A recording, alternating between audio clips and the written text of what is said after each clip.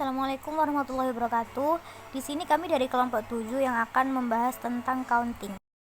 Baik, sebelumnya perkenalkan, nama saya Hildatus Silmia Nahda dengan NIM akhir 156 dan anggota saya yaitu yang pertama ada Helena dengan NIM akhir 006, lalu yang kedua Alivia dengan NIM akhir 013 dan yang terakhir Aisyah Belovensa dengan NIM akhir 014. Baik, untuk yang selanjutnya yaitu ada counting. Menghitung pada anak usia dini bukan sekedar menghafal deretan angka. Para ahli memandang proses ini sebagai fondasi penting dalam perkembangan kognitif anak yang melibatkan pemahaman konsep, keterampilan kognitif, dan penerapan dalam kehidupan sehari-hari. Untuk yang selanjutnya yaitu ada pengertian counting menurut para ahli. Yang pertama yaitu menurut Piaget. Konstruktivisme (2) Piaget meyakini anak membangun pemahaman konsep melalui interaksi langsung dengan lingkungan.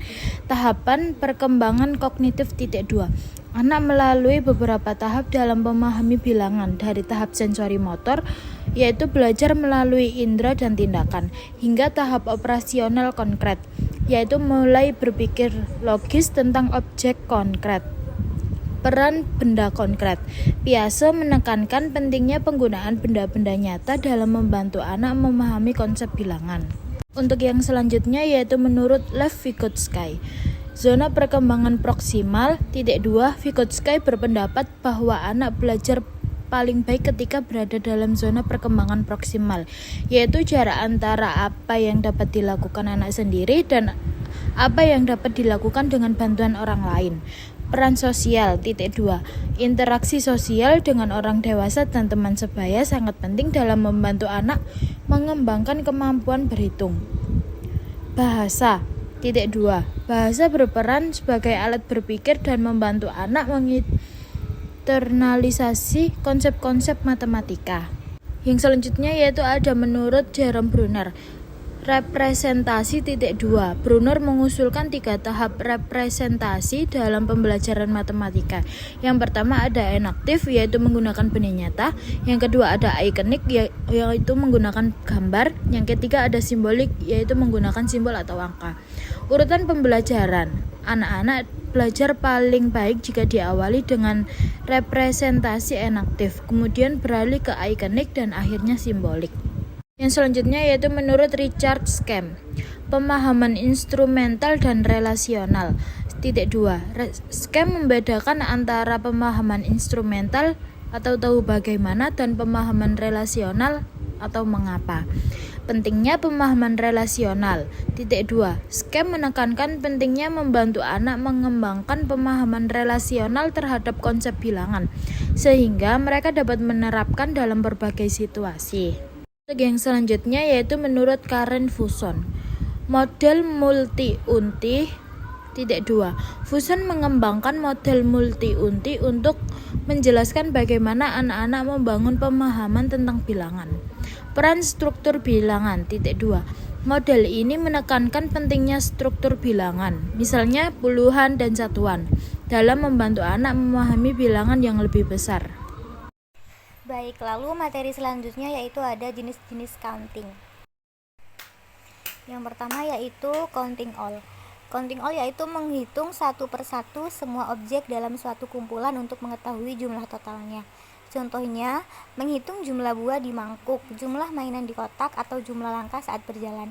Lalu yang kedua yaitu counting on. Counting on yaitu mulai menghitung dari suatu angka tertentu dan melanjutkan hingga mencapai jumlah akhir. Contohnya, kegiatan bermain dadu, anak dapat melanjutkan menghitung dari jumlah yang sudah ada di papan permainan.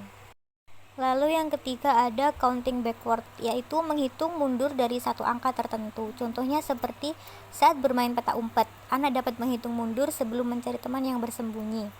Lalu yang keempat ada skip counting. Skip counting yaitu menghitung dengan melompati angka tertentu secara berurutan. Contoh hitung 2 sampai 2.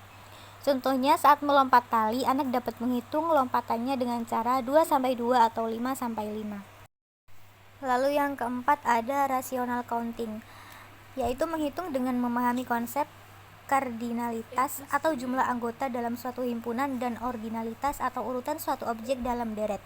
Contohnya seperti saat membagi kue menjadi beberapa bagian yang sama besar, Anak perlu memahami bahwa setiap bagian mewakili pecahan dari keseluruhan kue. Lalu yang terakhir ada subteasing, yaitu menentukan jumlah suatu kelompok objek dengan cepat tanpa menghitung satu persatu. Ini seringkali melibatkan pola visual. Contohnya seperti saat melihat dadu, anak dapat langsung menyebutkan jumlah mata dadu tanpa perlu menghitung titik-titiknya satu persatu. Berikut adalah contoh kegiatan counting yang sesuai untuk setiap rentang usia hingga 8 tahun. Nah, yang pertama ada usia 0 sampai 2 tahun. Kegiatan yang pertama ada bernyanyi lagu angka. Lagu-lagu seperti 11, 22, atau lagu jadi dapat membantu anak mengenali angka dan ritme. Kegiatan kedua yaitu bermain dengan benda. Ajak anak untuk membandingkan jumlah benda. Misalnya, mana yang lebih banyak, bola atau boneka. Nah, kegiatan yang ketiga yaitu membaca buku bergambar. Buku dengan gambar sederhana dan sedikit angka bisa menjadi pengenalan awal. Pada usia ini, anak masih dalam tahap eksplorasi mengenalkan konsep angka secara informal melalui permainan dan lagu akan lebih menyenangkan dan mudah dipahami. Selanjutnya, pada usia 2-3 tahun, kegiatan yang pertama yaitu menghitung mainan. Ajak anak untuk menghitung mainan saat bermain. Kegiatan kedua yaitu menyortir benda. Ajak anak untuk memisahkan benda berdasarkan jumlah. Misalnya, masukkan 2 buah bola ke dalam kotak. Yang ketiga yaitu kegiatan menggambar garis. Ajak anak untuk menggambar garis sebanyak jumlah benda yang disebutkan. Anak usia ini mulai memahami konsep satu-satu dan dapat menghubungkan angka dengan jumlah benda konkret. Ya, pada usia 3-4 tahun, kegiatan yang pertama yaitu menggunakan kartu angka. Mainan kartu angka, urutkan angka dari yang terkecil hingga yang terbesar. Selanjutnya ada kegiatan bermain dadu. Ajak anak untuk melempar dadu dan menyebutkan angka yang muncul. Lalu ada kegiatan menghitung langkah. Saat berjalan, anak untuk menghitung langkahnya. Anak usia ini sudah mulai siap untuk mengenal angka hingga 10 dan urutannya. Selanjutnya, pada usia 4-5 tahun, kegiatan yang pertama yaitu membandingkan tinggi benda. Bandingkan tinggi 2 buah boneka, lalu tanyakan, mana yang lebih tinggi? Kegiatan yang kedua yaitu membandingkan jumlah benda. Ajak anak untuk membandingkan jumlah kelereng di 2 wadah. Kegiatan yang ketiga yaitu memecahkan masalah sederhana. Berikan soal sederhana seperti Andi punya 5 buah apel, dia makan 2, berapa sisa apel Andi? Anak usia ini mulai memahami konsep perbandingan dan pemahaman dasar tentang penjumlahan dan pengurangan. Selanjutnya, pada usia 5-6 tahun, kegiatan yang pertama yaitu menggunakan benda manipulatif. Gunakan balok atau manik-manik untuk memperagakan penjumlahan dan pengurangan. Memecahkan soal cerita. Buat soal cerita sederhana yang melibatkan penjumlahan dan pengurangan. Selanjutnya ada bermain permainan papan. Permainan papan yang melibatkan hitungan sederhana dapat membantu anak mengasah kemampuan berhitung. Anak usia ini sudah siap untuk mempelajari operasi hitung dasar. Selanjutnya ada usia 6-7 tahun. Kegiatan yang pertama yaitu mengenal bilangan cacah. Jelaskan konsep bilangan cacah dan berikan contoh dalam kehidupan sehari-hari. Yang kedua yaitu mengerjakan soal cerita yang lebih kompleks. Tingkatkan tingkat kesulitan soal cerita yang diberikan. Kegiatan yang ketiga yaitu menggunakan garis bilangan. Ajarkan anak untuk menggunakan garis bilangan untuk membantu dalam perhitungan. Anak usia ini perlu memperkuat pemahaman tentang angka dan operasi hitung untuk persiapan memasuki sekolah dasar. Di usia yang terakhir, 7-8 tahun, kegiatan yang pertama yaitu membagi kue atau buah. Ajak anak untuk membagi kue atau buah menjadi bagian yang sama. Kegiatan kedua yaitu menggunakan gambar. Gunakan gambar untuk menjelaskan konsep pecahan sederhana seperti 1/2 dan 1/4. Kegiatan yang terakhir yaitu mengerjakan soal cerita tentang pecahan. Buat soal cerita yang melibatkan konsep pecahan. Anak usia ini mulai siap untuk diperkenalkan pada konsep pecahan yang lebih kompleks. Selanjutnya ada evaluasi kegiatan. Yang pertama yaitu proses menghitung secara berurutan menjadi fondasi utama dalam kemampuan menghitung. Pada tahap ini, evaluasi dilakukan dengan mengamati apakah anak dapat menyebutkan angka secara berurutan tanpa kesalahan.